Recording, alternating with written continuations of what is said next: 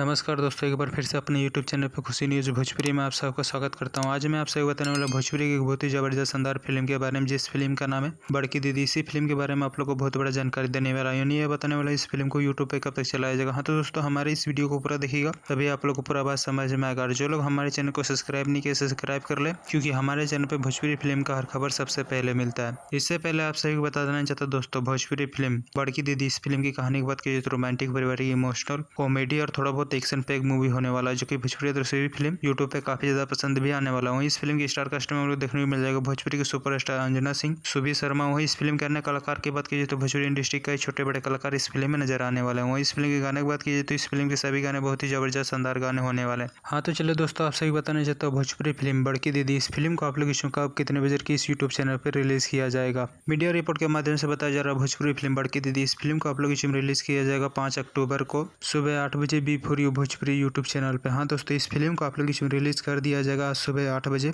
B4U Bhojpuri YouTube channel पे। एक बार जरूर इस film को यूट्यूब पे देखिएगा, बहुत ही जबरदस्त शानदार फिल्म होने वाला। हाँ तो दोस्तों, हमारे इस वीडियो को पूरा देखिएगा, तभी आप लोग को पूरा बात समझ में आएगा। और दोस्तों, ये वीडियो आप लोगों को पसंद आए तो ज़्यादा से ज़्यादा लाइक करें, सब्सक्राइब करें। धन्यवाद दोस्तों।